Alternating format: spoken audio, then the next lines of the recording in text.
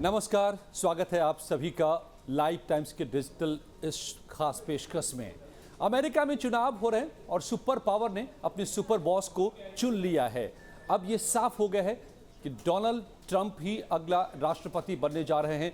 बहुमत के आंकड़े को वो छू चुके हैं और ये अपने आप में काफ़ी दिलचस्प है। पूरी दुनिया के लिए भी बेहद खास है। पूरी दुनिया की इस पर नज़र लगी हुई थी और साफ तौर पे माना जा रहा है कि वर्ल्ड ऑर्डर बदलने वाला है। लेकिन इस चुनाव में जो खास बात हुई है वो ये कि भारतीय इसमें काफ़ी ताकतवर बनकर उभरे हैं। एक कड़े मुकाबले में डोनाल्ड ट्रंप ने कमला हैरिस को मात दी है। साथ में 6 भारतीय मूल के सांसद इस बार कांग्रेस में पहुंचने में कामयाब हुए हैं। कांग्रेस यहाँ के यानी कि अमेरिका के संसद को कहा जाता है और जिस तरीके से भारतीय संसद में आप देखते हैं 2 हिस्से हैं, एक राज्यसभा और एक लोकसभा।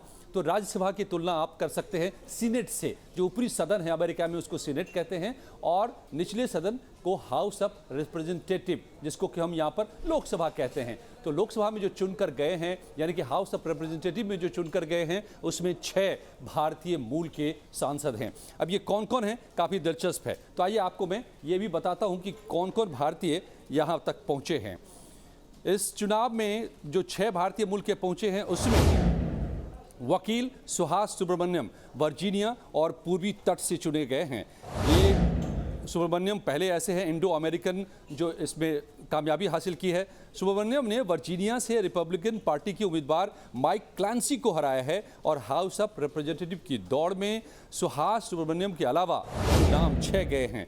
अमी बेरा हैं, राजा कृष्णमूर्ति हैं, रो खन्ना हैं, प्रमिला जयसपाल हैं और श्री थानेदार ने जीत दर्ज की है। तो 6 भारतीय एक साथ जीत दर्ज करने में कामयाब हुए हैं। अब ये 6 कौन कौन हैं ये भी समझना काफ़ी दिलचस्प है। तो आपको बताएं कि सुब्रमण्यम ने क्या कहा है ये भी बताते थे कि जीत दर्ज करने के बाद उन्होंने कहा कि मैं काफ़ी सम्मानित महसूस कर रहा हूं। वर्जीनिया के 10वें जिले के तौर पर मुझे लोगों ने मुझ पर भरोसा जताया है और मैं इस कठिन लड़ाई लड़ूंगा लोगों के लिए और कांग्रेस में लोगों की आवाज़ उठाने का काम करूंगा।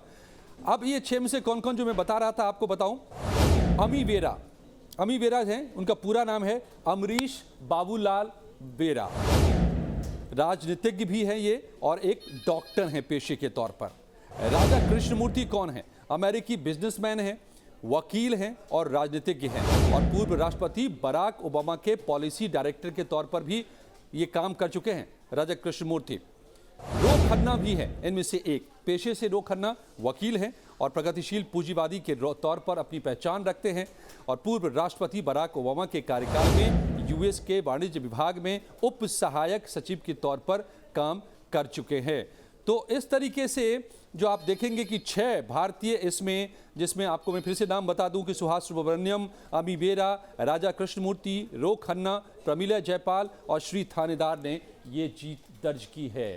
तो एक तरफ ये भी माना जा रहा है, पूरी दुनिया में ये समझा जा रहा है इस तौर पर कि डोनाल्ड ट्रंप का जीत कर आना भारत के लिए एक बेहतर स्थिति है।